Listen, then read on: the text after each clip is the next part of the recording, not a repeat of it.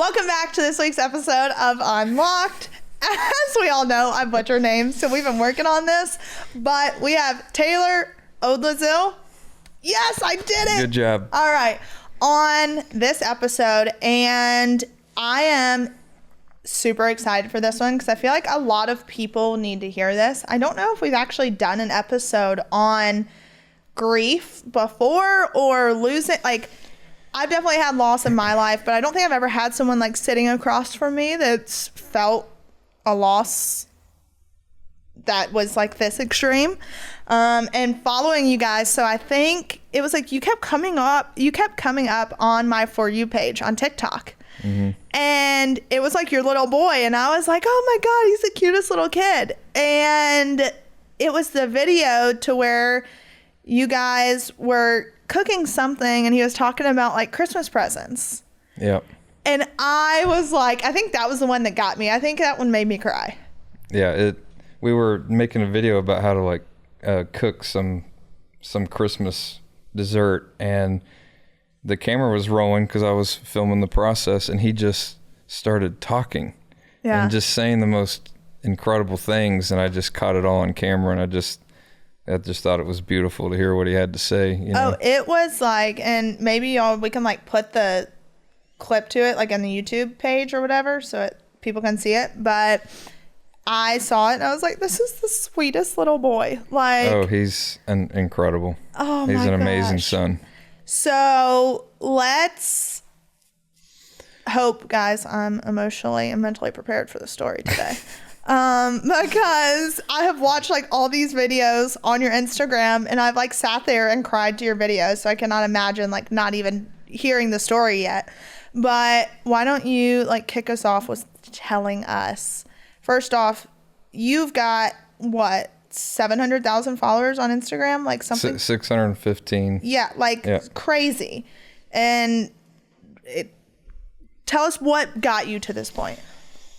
Okay, well, I'll just start from the very beginning then. So I met Haley. First off, how old are you? I'm 33. You're 33. Oh my gosh. Oh, see, it already makes me sad. Like, yeah, so okay. Met Haley when I was 15 years old in my hometown, the Woodlands, Texas, and met her at this party, end of the year baseball party. I played baseball in high school, and she shows up and I see her and I'm instantly like, I want to talk to her. And I remember, talk to her. Yeah, she was wearing, I even remember what she was wearing, black bathing suit with a black cover up. And it was like, it sticks in my mind to this day because it was the first time I saw her. And we're, you know, at that time I didn't really care much about girls, but I was like, I want to talk to her. And we ended up exchanging numbers and started texting. And 3 months later, we started dating. And I was a year older than her, so when we met, I just finished my sophomore year and she'd finished her freshman year. So we dated all through high school, and it just kind of became known that like we were the couple, you know, that, you know, because there's a few couples that just seem to stay together. Well, we were one of few that stayed. And, but yeah, dated all through high school, and I went to Texas A&M, and she went to Blinn for a few years, and so she was there with me, and I studied petroleum engineering there, and she was so supportive of me the entire time. And we just really, during those, you know, high school and college years, really grew as one. You know, it's a true high school sweetheart story of just a true, genuine, pure love, and our families really meshed together. And that was, I mean, high school that was the earliest I remember her telling me, you know, to feel on her abdomen if I could feel a lump. So that was the earliest I can remember her already having symptoms of having cancer. What? And yeah, I just thought, you know, chalked it up to her getting in her head, you know, like we all do. I mean, you're kids. Yeah. So, let's see. So I graduated in 2014 from A&M, and I just remember how excited I was for my future. So I'm walking across the stage. I'm getting this degree that was really hard to get. Yeah. I studied a lot. And worked very hard, and I wanted a job that was going to provide well for my family. I knew I was going to marry Haley, and that was the plan. And I remember having so much optimism and excitement for the future of my life, walking across that stage and not knowing that it was going to come crashing down in a few months. But so I proposed to Haley December 1st, 2014. I remember the day. It was in Breckenridge, Colorado, because she loves snow. And you took your son back to that same spot, I did. right? I did. Yeah, that was a really cool moment to be able to do that. But took her there, proposed, and a year later, 2015, I remember I was at work, and she calls me, and she's just freaking out, crying, very upset. She's like, they found a big grapefruit size mass in my abdomen. Like, we got to go see an oncologist. Can you come home? And I said, I'll be there. So I left work, got in the car, and I remember like saying out loud in the car, I remember, Lord, whatever it is, please let me have children. Please. Like, don't take that from me. Haley was put on this earth to become a mom. Like, that's what she wanted to do. She did like child care development in high school as a class. She played with baby dolls instead of Barbie dolls. She wanted to be a mom. Yeah. She wanted to be a teacher, being around children. And I think some women have an extra mother spirit to them, and she was that type of woman. And so knowing that was like what was in our heart, that we really wanted to become parents, and our wedding was 2 months away. So in my mind, I'm like, okay, I'm driving there, and I'm like, this will be over. It's nothing. Nothing. Yeah. So I get home, and she's very upset. She's scared. I'm getting more scared. And so we load up in the car, we go to the doctor's office, and we walk in the waiting room, and I look around, and there's women with no hair. And I realized in that moment that I was so naive that I didn't even understand what an oncologist was. And I was so like living my life and not thinking twice about it, and that was like, I realized the severity of what was happening. So my heart started beating a little bit faster, and I was getting pretty nervous, and they call her back. We go back, and doctor comes in, and you can imagine how nervous and scared you would be. And so she sits down and opens the folder, and she looks up, and she's got tears coming down. And in my mind, I'm like, this is not happening. And, I'm 23 years old. I just graduated. Like, I'm about to get married. This is my life. Like, we're about to do this thing, Yeah.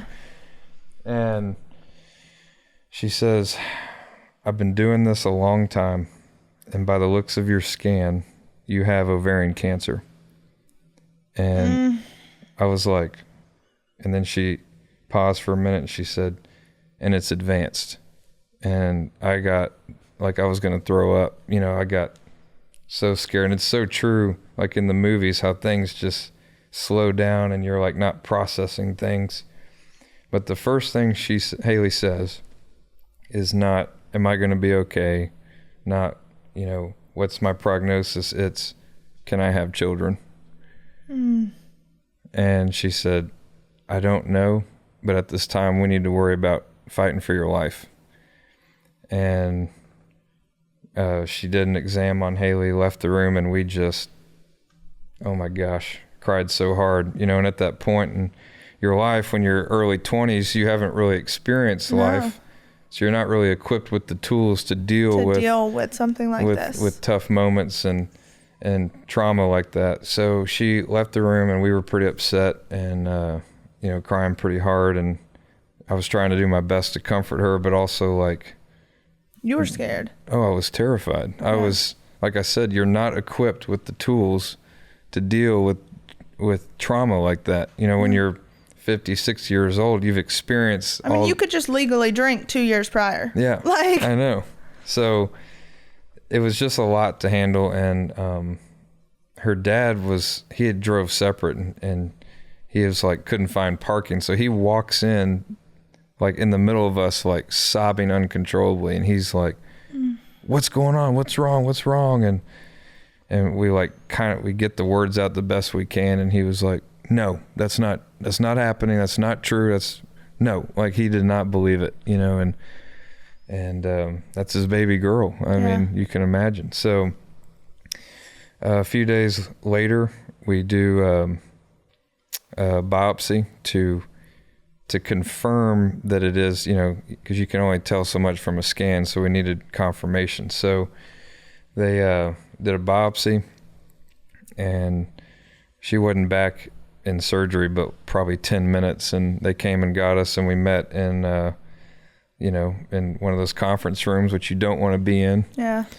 And so doctor comes in, and my heart's racing, you know, hoping that there's a slight chance it could be something else. And she sits down and she's like, it's everywhere. And she says it's stage 3C ovarian cancer, and she is not going to have children. And I'm just like, you know, I already hadn't slept much in 3 days. Yeah. And so I remember her dad just had a hard time processing that she couldn't have children, because he knew that want in her heart, that drive she had to be a mom, and he knew the devastation that it was going to cause to her. And so he just had a hard time like understanding that this was the reality. And I remember him, after the doctor walked out, he just had a real meltdown that to this day sticks in my head. Like that man is, I look at him like a dad, you know. Yeah. I've been in his life for so long. Big burly man, deep voice, but I've just never seen him like that. It was awful. And you know, I'm the type that like, we got to roll with the punches, and we got to figure this out. For all my loyal followers, you know, throughout the years, I have gone through some phases when it comes to my hair. And there was a point in time to where I struggled to have happy, healthy hair. And that is when I turned to Nutrafol. My hair has forever been changed. Not only did I turn to Nutrafol, but so did my podcast producer, Erin. And her hair, you can visibly see the difference. I'm just mind blown. Nutrafol is clinically tested, which we all love. And you may have heard of Nutrafol's hair growth supplements and wondered, do they actually work? It's a fair question. Many hair supplements overpromise and underdeliver. But as I said, Nutrafol's different. Look at Erin's hair. Look at my hair. Look at over 1.5 million people that have used Nutrafol. It is clinically tested to deliver real results in just 3 to 6 months. So this summer, stop worrying about your hair and start making memories. For a limited time, Nutrafol is offering our listeners $10 off your first month subscription and free shipping when you go to Nutrafol.com and enter the promo code UNLOCKED. Find out why Nutrafol is the best-selling hair growth supplement brand at Nutrafol.com, spelled Nutrafol.com, promo code UNLOCKED. That's Nutrafol.com, promo code UNLOCKED. We get home that night, and I get her in the bed, and she, as I'm getting up to walk out, she says, hey, I need to talk to you. And I was like, okay, what's up? And I sit down. She says, I know what my future is, and I know what it holds with my diagnosis. And she said, I know we've been together a long time, and I love you a lot, but if you want to walk and go and leave, and you have so much successes ahead of you and a great life, and I know it's ahead of me, and it's going to be a lot of doctor's office and just heartache, and I want you to go live your life if you want to, and I totally understand if you want to call it off. And I was just like, it's like, are you kidding me? Like, yeah, you're a part of me. Like, that'd be like losing an arm for me, you know, like, And I'm like, I'm not going anywhere. You know, like, we're in this together. Like, we're going to figure this out. And yeah, I'm like, I'm hoping you would stay if it were me, you know. And she was like, of course I would. And I'm like, you know, so I always tell that story because I think it speaks to the courage that she had. That takes courage to it does tell the love of your life to walk if they want to. And so, okay, so after that, she immediately got a port in. So she was 22. Yeah, she was 22 at the time. And, you know, like I said, she turned 23 in February. And so she was almost 23, but she, you know, wanted to be that mother, that mom. And so that was the hardest part for her, was accepting that was not going to be a reality, that she couldn't give birth the way God intended. But at that time, we couldn't even worry about that. We were having to worry about our life. You know, we had to just kind of put that on the back burner. So, got her port in, and they started chemotherapy, and it was going to be 9 weeks of chemo, which the 9th week was our wedding week.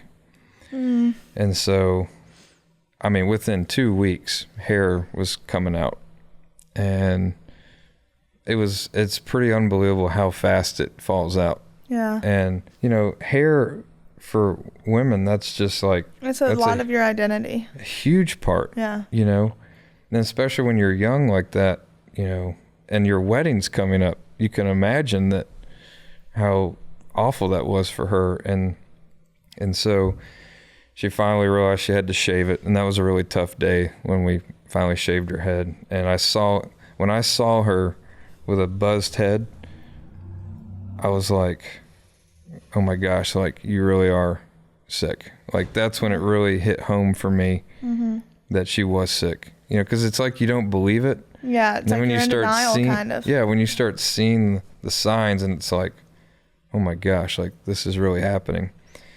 So wedding day comes, and it was a lot of the people that told us that they couldn't come to the wedding over the last year called back and said, we're going to be there. Yeah. And so it was a packed wedding. That's amazing. And there was not a dry eye. Even the pastor was crying because, you know, he knows what we're facing. And there's a lot of men that would have left and would not have stood by their woman in that sense, you know. And I think the pastor spoke about that, you know, true love is what carries you. And so that our wedding night, I'll tell this because it applies later to Weston. Haley had nannied for this beautiful little girl. Like, she was like 3 weeks old when she started nannying for this little girl. And we grew very close to the family.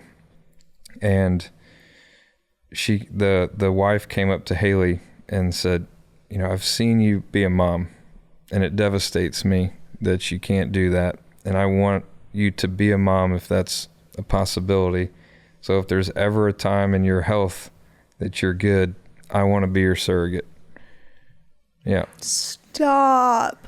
Yeah. It was, and that was our wedding night. And we were like, you know, and you know, some people will say stuff and they're just kind of talking out their ass a little bit. Yeah. But she like meant it.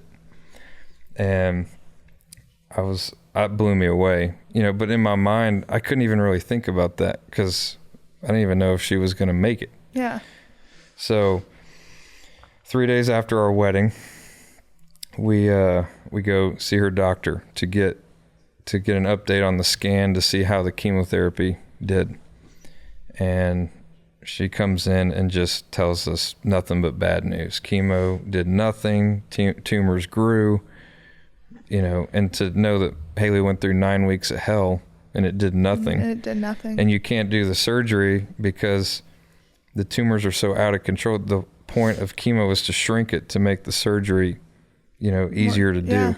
After that, I could tell as the doctor was telling us that she kind of wanted to say more, but wasn't. And so I asked everybody to step out, even Haley. I said, I need everyone out. need to talk to the doctor.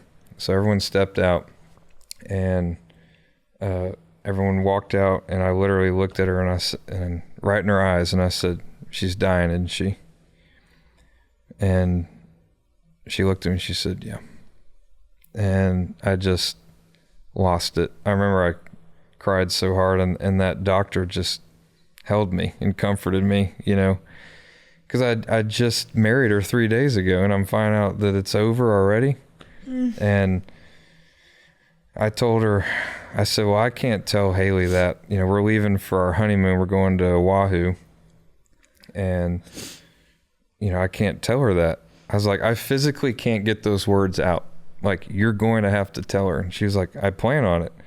She's like, I wanted y'all to go on your honeymoon and her be in a good state of mind, the best she can be. And I want some more time to think about this whole situation and what we can do. She was like, but you asked me, so I told you, she was like, but I wanted y'all to go have a good time. So I go on this honeymoon knowing that she's got 6 months left. Knowing this, I'm the only one in the family that knows this. And so I'm carrying this burden of at 23 years old, of knowing this 24. future for her. And we're on this beautiful honeymoon, and we can't even relax because to have that in your head the whole time, it's hard. And I remember we were laying in the hammock on the beach, and she looked at me, no hair, completely bald, no eyebrows, and completely swollen from all the steroids. And she's like, I just have a feeling that this is the last trip we'll ever take. And I had to lay there and lie to her and tell her, no, we've got many more trips. Like, you can do this. Like, we're going to make it, and you're going to be fine, and I'm in my head, I'm like lying through my teeth, because I'm trying to keep her head in a good place. And so we get home from our honeymoon, and the doctor calls, and she says, I got a new plan. Let's meet. So the whole family, every time we did a doctor's appointment, the whole family. And I think you can relate when your family's close. Everyone comes. Yes. So even her doctor would have to clear, get the biggest room, because she knew Haley Houston was coming in, that we needed a big room because everyone was coming. So we go up there, and she says, I know of a surgeon in New York that is the best of the best when it comes to ovarian debulking surgeries. And I think you should go see him. It's at Memorial Sloan Kettering. And she was like, I think he gives you the best chance at prolonging your life. And so Haley's dad, who's a warrior, gets on the phone, and he's calling. He's getting up that appointment because this guy's pretty famous. So we fly up there within a week. Whole family, everybody's there. It's like a whole clan. Yes. And he comes in, and this guy's a legend. He's a legend. What do you mean? He's just a great surgeon. Really? Yes, he's an amazing surgeon. Oh, wow. And y'all, you're gonna have to give me some tissues. I'm trying to hold it back, but this is. I hadn't even gotten to the end story yet. That's the worst part. Dear, don't tell me that. No. This episode of Unlocked is brought to you by Progressive Insurance. Do you ever find yourself playing the budgeting game, shifting a little money here, a little there, and hoping that it all works out? Well, with the Name Your Price tool from Progressive, you can be a better budgeter and potentially lower your insurance bill too. You tell Progressive how much you want to pay for car insurance, and they'll help find you options within your budget. Try it today at Progressive.com. Progressive Casualty Insurance Company and Affiliates. Price and coverage match limited by state law, not available in all states. Both her parents just moved mountains. Yeah. To whatever she needed. Yeah. They were amazing parents. They did a lot for her. They were always there helping me. Great parents. They're like another set of parents for me. Yeah. And they were there every step of the way. And so her dad, is just one of those, he's a get it done type of guy, makes moves. And when he heard of the surgeon, he was like, I'm going to get you in. And he got it done and got us all flights, and we were up there within a week. And so the surgeon comes in, which I was excited to meet because I've already read so much about him at this point. So he comes in and he's already got tears, this big time surgeon, and he's got tears coming down, and he says, I've got a daughter your age, and the thought of what this family's going through breaks my heart. His amount of compassion was just unmatched. And so we talked for a little bit, and then he kind of explained what he looked at in the scans, and he was like, I'm going to attempt to operate on you. He was like, but I'm going to tell you this, if you were 60 years old, I would not do this. This is a major, major surgery that I'm going to be doing. And he was like, and I don't even know the full extent until I get in there. And he's like, we got to get you in as soon as possible. So they book it, I think 2 weeks later.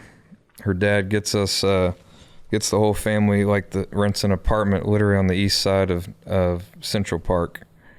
And, great spot.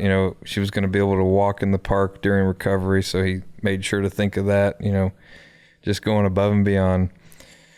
And so the whole family, even my family, came up, and everybody was in New York. And you have to remember, I still have the thought of she only has 6 months left of what, and I think I'm the only one that knows this. Okay. So I think this surgery is the biggest waste of time. That's my mentality about it. Yeah. That this is already a done deal. And so she goes back into surgery, and I remember kneeling by her bed and before they took her back, and I said my goodbyes. There was a high chance she could die on the table. And the amount of, it was crazy how brave she was. I mean, imagine that. You're being wheeled back into surgery, not thinking that this is a big possibility. I could die now. She is so brave. Fathom. Yeah. And I literally said my goodbyes. I told her how much I loved her, and that, I would make her proud. And, I literally, she was going to die. And she said, it was tough. And I remember her mom, me, her sister, her dad, we walked with her as they were wheeling her back, and she just had these tears. She wasn't sobbing, just streaming down. And we get to that point where you can't go any further. And, I gave her a kiss, and they just wheeled her down, and we just watched the doors close, and we were all standing there, and we just started sobbing. And I remember, Haley's dad, like I said, intimidating man, not a, I love you, give me a hug, handshake kind of guy. And I started sobbing, and he grabbed me and pulled me in, and I just cried on his shoulder. And because it was the two men that loved her the most, and so she's in surgery. We're in the waiting room, and it's half the waiting room is our family. Yeah. And we're all wearing matching shirts. I had shirts made that's, that said Team Haley, and so we're sitting there, and nurse comes out after an hour, and she's like, okay, surgery's going well. Uterus and ovaries are gone. Okay. Then 2 hours later, all right, surgery's still going well. Appendix has been removed. All right. Then 3 hours, then 4 hours, 5 hours. And he said, if I come out within 5 hours, bad sign. So we hit that 5 hour mark, and it's still going. And I'm like, is this going to work? I'm starting to have some hope. Yeah. So then 6 hours, 7 hours, 8 hours, 9 hours. Here. And it's almost dark now. And finally the surgery's over. They call us back into the conference room. And I didn't mention this. There was a big probability she was going to have a colostomy bag coming out of this surgery. Okay, so that was we just kind of expected that. So he comes in the conference room, and he's like, it was crazy because it was like another day of work for him, and it was like a miracle to us. And he comes in, he's like, okay, well, surgery went well. I removed both ovaries, her uterus, her spleen, her gallbladder, her appendix, her omentum, the line of her diaphragm, the line of her bladder, a foot of her colon, 4 lymph nodes. And he's just naming everything he cut out of her. And we're like, and he was like, so recovery's she's gonna be in the hospital for 3 weeks. And I was like, hold on. What about cancer? How much cancer? He goes, oh, I got 100% of visible cancer. It's all gone. I got it all out. And we were like, what? And he was like, yeah, I got it all removed. He's like, but understand, there's still microscopic cancer in her abdomen everywhere. But anything visible growing has been removed. And it was like a miracle. Like, I couldn't believe it. And so I got to wake her up from surgery. She was back in recovery, and I remember sitting by her, and I grabbed her hand, and she kind of opened her eyes. And I was like, Haley, they got 100% of visible cancer. It's all been cut out of you. And I remember she was like so excited that her heart rate spiked, and it was like the alarm started going off, you know. And but recovery was intense. He said the trauma he did to her body was equivalent to driving 70 miles an hour in a car into a brick wall head on. So she in recovery for the next 3 weeks, she'd just pass out from pain. She'd be talking, and then like pain spike, and she'd just pass out. So she was on a lot of heavy meds. So after her time in the hospital there, we moved her to the apartment in New York, and she recovered a lot there. And I was flying back and forth from home in the Woodlands to New York to be there for Haley, but I was also working. Yeah. And during that time, I had signed up for this triathlon, this little small triathlon, because I wanted to like raise awareness to ovarian cancer, and I was supposed to do that race, and so I flew home to do that, and it ended up getting canceled due to weather. But I was home. As it would happen. Yeah, and I remember before that race, I'd reached out to a buddy of mine named Brandon. Shout out Brandon, who's now one of my best friends. He had done an Ironman in 2015, and I had reached out to him about some help with triathlon. I didn't really know him. I just knew his name and what he did. Immediately, so kind, messaging me, telling me what to do, and he's willing to let me borrow his bike. So before this race that got canceled, he comes over to my house. I meet him. He lets me borrow his very nice triathlon bike, and he says, I'm going to do what someone did to me. I challenge you next year to do the Ironman. I don't know if you know an Ironman triathlon. And I said, you are out of your mind. You are crazy. Like I've got Haley in the hospital up in New York. But it was like it laid it on my heart. And so I started thinking about it. And I ended up he invited me to go to lunch with him and another guy named Tyler that they did the Ironman together. And then we sit down and they say, you know, we really are impacted by what you're going through. So if you decide to do the Ironman, we're going to do it with you. And I was like, I don't even know these guys. Yeah. And I was like, I don't have... God places people in your lives when he knows you need it. Yeah, I was like, I don't even have any of the gear, like nothing. I don't know what I'm doing. I've never run more than 2 miles at a time. And so the next day, Tyler texted me. He was like, hey, can you come over? I want you to meet my dad. And so I come over, and Brandon's there. And his dad comes walking out with a triathlon bike, and he was like, I'm so touched by your story that I want you to have this bike to ride for your wife, and we're going to be there to support you. And I was like, well, I got to do it now. Yeah. So I fly back to New York. I tell Haley I'm going to do this Ironman for ovarian cancer and raise awareness to her story and all that. And she thinks I'm crazy, you know, but I'm just that type of personality. Yeah. So she ends up recovering enough that we can fly home. We come home and I start my training for Ironman at the same time of working and taking care of Haley. And it took over a year for her to fully recover from that surgery. And, you know, we met with her doctor back in our hometown, and she was very optimistic about her future. We needed to get her on some hormone drugs that were going to help with, you know, keeping the cancer from growing back. Yeah. You know, things like that. So we were kind of in a good spot, and I ended up completing the Ironman in 2017, and Brandon became one of my best friends. That's amazing. And, yeah, I was texting him on my way over here, you know, and That's so awesome.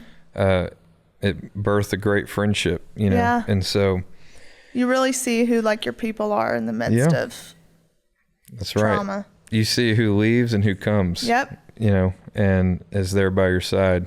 And so that really shows a lot about people. Mm-hmm. So at this point, how old was Haley? Like, you guys were feeling optimistic? Yeah, this was 2017. So I was 24, 25, and she was 23 or 24, somewhere in there. And we had found some drugs that seemed to be working. What made her case so unique was she had a mix. First, she had a type of ovarian cancer that like very old women get.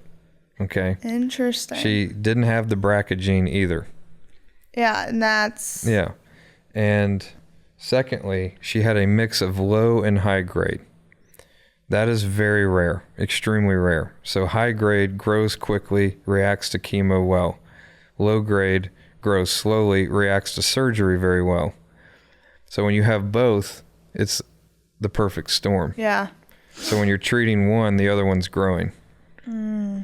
So we had some years in there that were good. We traveled a lot, and really, it really changed our mindset about life, about you just have to take the moments when they come, and you can't think about too far down the road. You got to live today. Yeah. And because you're not guaranteed tomorrow. So let's see. 2019, 2018, we started looking into surrogacy because her doctor told her, you know, with the meds we got you on, everything is looking really good for you. I feel very optimistic about the length of your life. You know, so we felt good about doing that because we needed to make sure we made a good decision, you know, and be fair to that child, right? Yeah. And so we started the surrogacy process, and we had to get an egg donor because she obviously we couldn't use any of her eggs, that they were too cancer stricken. So we finally we get a good set of embryos, and I've told this story many times of, you know, that growing up, you know, you kind of envision as you're growing up what child you want, you know, male or female. Some people don't really care. Yeah. I leaned more towards a boy, which I am fine having a girl. Like I'm cool with it, but I leaned towards having like a little mini me. Yeah. And she leaned towards having a girl because she's from a family of all girls, and they go shopping and do all their thing. And so we agreed that the healthiest embryo was the one we were going to transfer. And we get there, and the doctor says, all right, healthiest embryo's a girl. And I was just kind of like, oh. But I was like, no big deal, though. Like, I'm still blessed to have a girl, you know. And I was like, I'm just curious what number 2 is. And he goes, it's a girl. And I was like, what about 3? And he goes, that's a boy. And he was like, but honestly, all 3 of them are so very healthy that they could probably be ranked number 1. He was like, there's really no difference in them. And so I knew we were going to do a girl. You know, it's what Haley wanted, and I wanted her to be happy, and I was cool with that. And he goes, all right, what are we transferring? I remember I was like leaning against the wall like this, kind of just waiting for her to say girl. And she goes, I want to do the boy. And I was like, what? I was totally shocked. Yeah. And she looked at me and she said, I can't give you children, but I can give you a son. And and I just like lost it, you know, because I wanted a son really bad. And now that I've am at this point of where I'm at in my life, I'm so grateful I have a son. Like, it's been amazing for me. It's what God intended for me. But anyways, we transfer the boy, which ended up being Weston. And I tell him all the time, I was like, I got a picture of you in a Petri dish. There's not many people that have that photo. Right? That's amazing. Yeah. So we transplanted into the surrogate, and everything went well. And was the surrogate the woman at the wedding? Yep. It was. Yeah. Wow. Mm-hmm. That's awesome. So, yeah, transfer the embryo, because we were great friends with them, still are, and so everything went great with the transfer, healthy pregnancy, and I remember, it was like 3 a.m, got the text, Jacqueline's going into labor, and we grabbed the bag. I grabbed my camera stuff, and we jumped in the car and drove. And by the time from the moment we parked and got in there, Weston was born like an hour later. Wow. And I was in the room, but I was standing back where I couldn't see anything. Yeah. And that's how I captured that beautiful video of Haley's face, like watching Weston be born, because that's what her dream was to be a mom. It's all she ever wanted. And it was to see, because there may be some women that take it for granted, maybe. They don't understand the beauty of being a mother and the responsibility and the beauty of that is.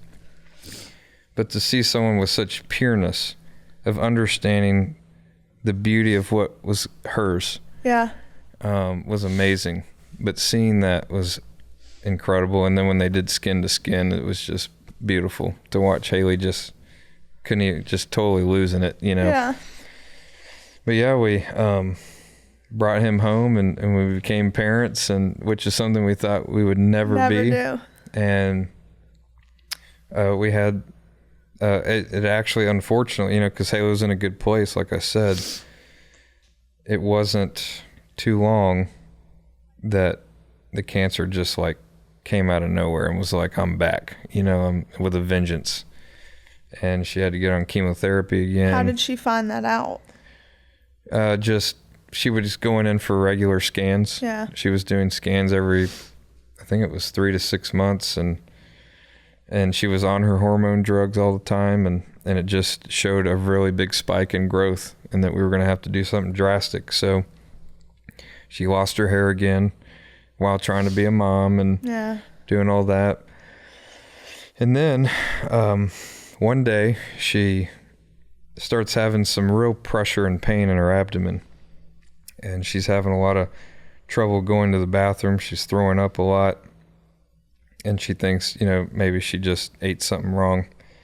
So she never ever wanted to go to the hospital, because you can imagine how much time she spent at the doctors, at the hospital, and going to the hospital is not fun. No. So she would just fight me tooth and nail about going to the hospital. So one day turns into 2, turns into 3, and she's still dealing with this pain, and she hadn't gone to the bathroom in a while. And I finally said, Haley, I don't care. I'm calling the ambulance. You're going in. Ambulance comes, they pick her up. In my gut, I kind of knew what it was, that she had tumor growth that caused a blockage. And this was what, still 2019, 2020? This was 2020. Okay. Yeah, 2020. So great. Midst of COVID. Yes. Yeah. Midst of COVID, dealing with all that too, Yeah. So, and because of COVID, we couldn't be in there with her. So, I have Weston to take care of now. And so they took her in and they do a scan, and they immediately find massive blockage. She's backed up bad, needs emergency surgery. And so they get her on the schedule that day. Well, me and Weston are at home, because her mom was with her. They only allowed one person. And so me and Weston made this sign, and we said, we love you, Mommy, and made this big sign. And we stood up on top of this parking garage, and she was able to look out the window, and she saw me and Weston with the sign. And it was definitely something she needed to pick her spirits up, you know, and because she said it all the time that me and him were the reason she fought. That was the only reason, you know, that we say it all the time. Love is the reason for the fight. And so they took her back, and surgery ended up taking a while. I started getting nervous about it, and doctor comes out and she's exhausted, looks mentally, physically exhausted, you know, because colostomy bag surgeries to relieve a blockage is pretty routine. Yeah. And she was like, that was tough. That was a tough one. But she said, I got it done. I wasn't able to put the bag in the place I wanted to due to she had already had a foot cut out of her colon. So she didn't have all that extra colon to move around and stretch. So typically it's lower, but she had it up higher, about right here. Yeah. So it made wearing dresses and things a lot more difficult. But I tell this colostomy story because this was a major setback. You know, we were doing pretty well. We were dealing with the little setbacks here and there, the chemo, the treatments. But getting that colostomy bag was tough. You know, that's a major life routine change. Yeah. And like I said earlier, we thought she was going to have it. The doctor was pretty sure that she was going to get it from that first surgery back in 16. Yeah. And so when she came out and didn't have it, it was another big part of the miracle. So, but the way that my mindset looked at it was, I told her, I said, because she was devastated she had this colostomy bag, and I said, let's look at it as what a blessing that we didn't have it in the last 4 years. Yeah. And that, you know, and that you have it now. Like, that's 4 years you didn't have to have it when you should have probably had it. Yeah. And that kind of changed the way she thought about it. And so we told ourselves, we developed this thing when we would get setbacks or bad news, that we would allow ourselves like 2 days, 3 days to be upset about it. And then we're going to turn the page and we're going to move on. So we don't sulk in our pain and we just move forward, because there's no point in sitting there and, you know, feeling sorry for yourself. So she picked herself up as she always does and moves on with life, and we learned to live with this new thing, and I had to learn how to dress it and put it on her, and you know, it added a lot of stuff that we had to pack to go anywhere. On a trip we had to pack all this stuff to put the bag on. So 2021, this is another story I like to tell. So she's still dealing with the colostomy bag, dealing with the cancer. We're living our life, being parents. And February 21 comes around, and I realize it's going to be our 5-year wedding anniversary, which, if you look up ovarian cancer, the 5-year prognosis is literally death. Like, that's pretty standard. And doctors told us we would never see our 5-year anniversary. So I was like, I got to make this like epic. You know, like, we shouldn't even be here. Yeah. And I started thinking that the first wedding we had was great. When we got married, she was in this mindset of, I'm dying. Like, how can you enjoy your wedding day if you have that on your mind? So I decided I was going to plan another wedding, and it was going to be a complete surprise. So I call up Carrie and Chris Shook, who are pastors of the Woodlands Church and in the Woodlands, and I tell them this idea, and they're like, we love it, let's do it. And they just took it and ran with it. And we got flowers, videographer, photographer, wedding dress, music, full-blown wedding, everything. That's amazing. And Haley had no idea.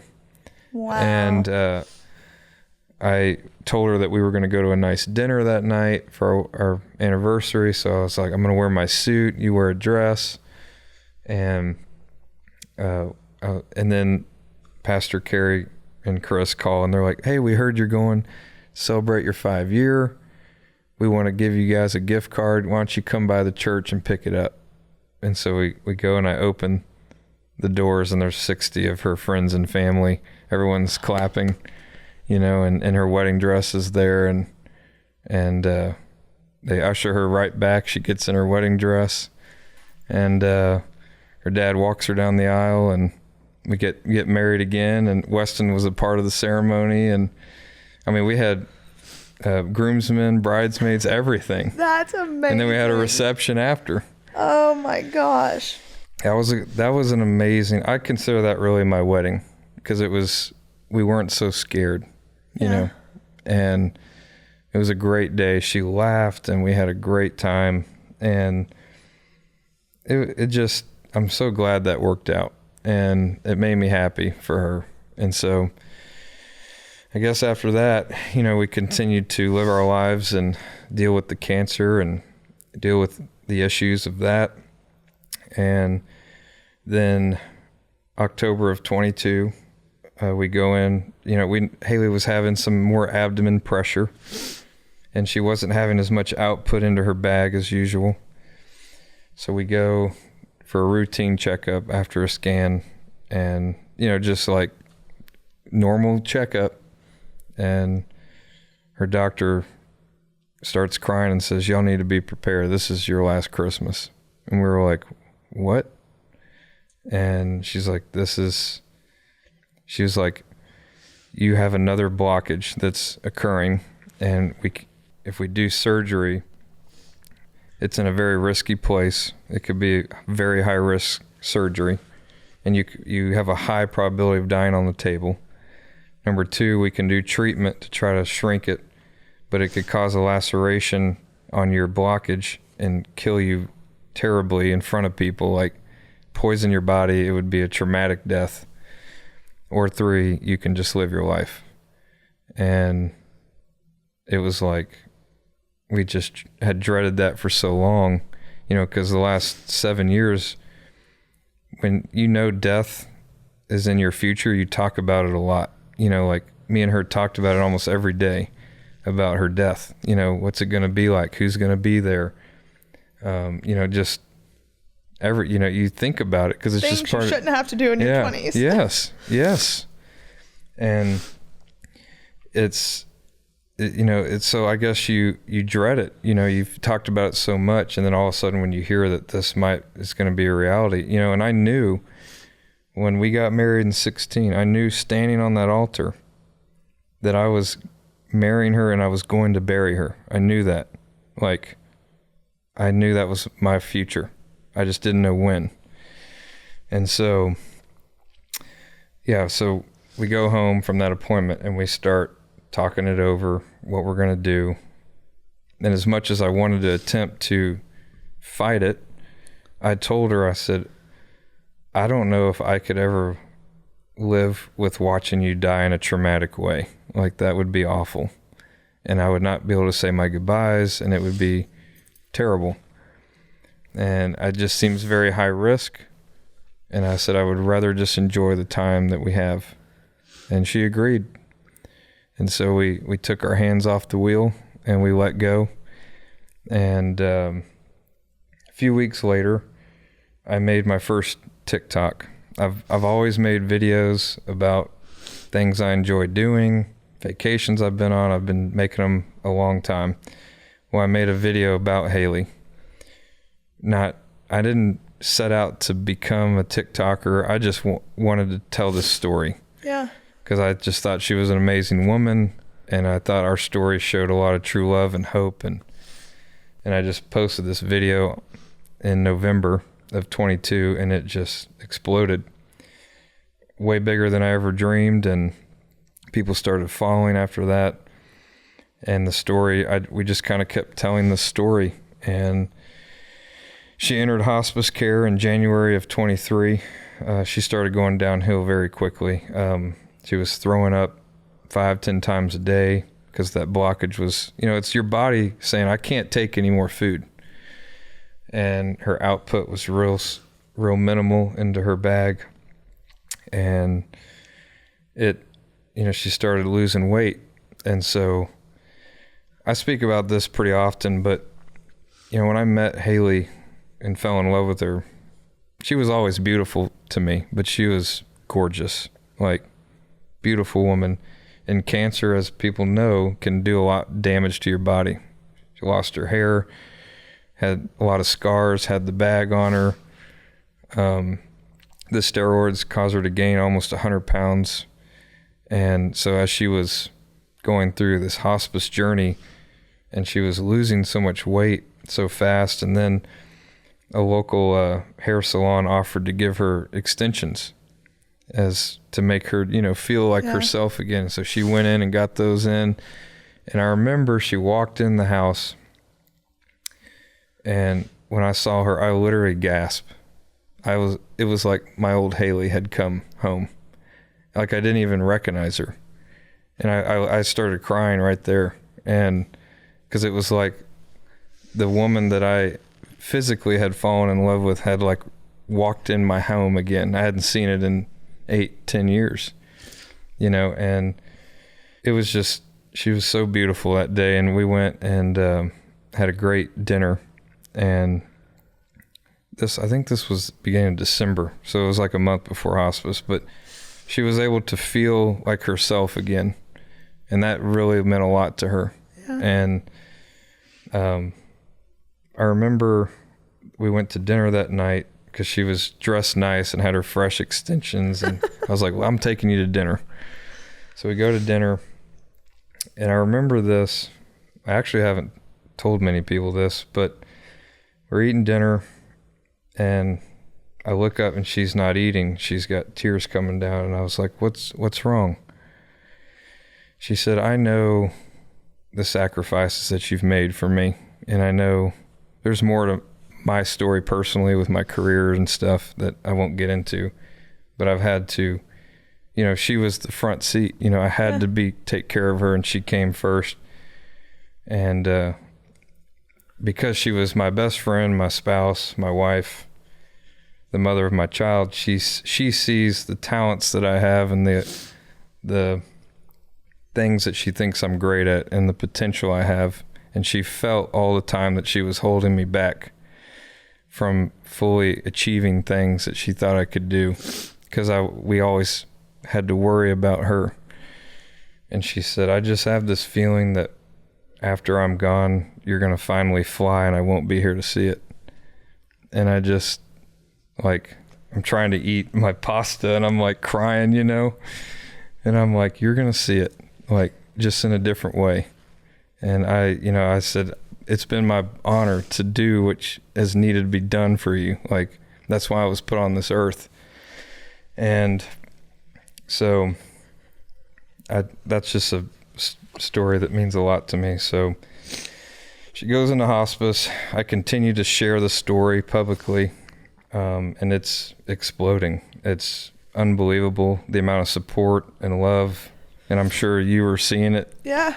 Yeah, on the For You page. I mean, it took over TikTok. It's crazy. It was insane. It was, yeah. But it's also so awesome to see people come together and people you don't even know. Yeah. God, I'm dying over here.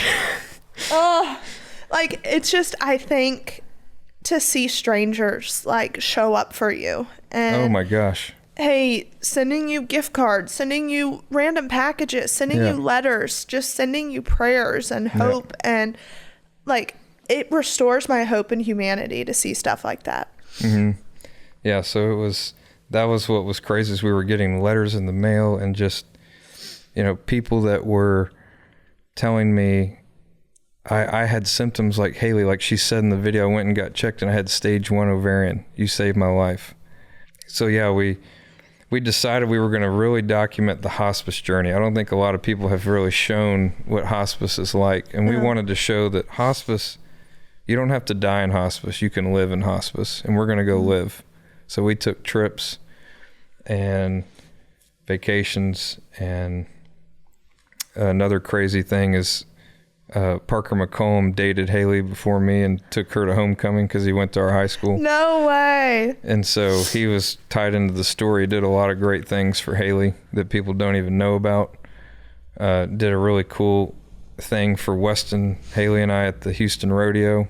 Gave us a great personal experience. has just always been there along the way and supported her. So that's a really cool part of the story too. That's awesome. So yeah, that, and we were taking trips and we were trying to show that, like, just because you're in hospice doesn't mean you go home and let it happen. Like, you can go do things. And so the last trip we took, we went to the Bahamas, which was like her dream. She always wanted to go to the Bahamas. Well, she was in a wheelchair at that point. Yeah. And so we made it happen, and we went. And at this point, you know, it was getting closer to the end. The story had gotten pretty large at that point. Well, we go to the Bahamas and we get recognized over 15 times in the 4 days we were there. I've never experienced that. Yeah. And not only recognized, but people coming up crying and hugging on Haley and like totally touched by Haley. And that really like was amazing for me to see. And I think it made her feel like she was making a difference, you know?